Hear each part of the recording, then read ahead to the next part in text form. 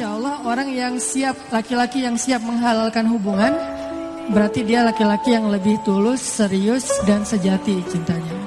Karena kalau dia gak sejati, pasti dia akan takut dengan tanggung jawab pernikahan. Kalau dia sejati, dia akan ambil tanggung jawab itu. Bukan cuma pengen serunya doang, tapi juga mengambil amanah dan tanggung jawabnya.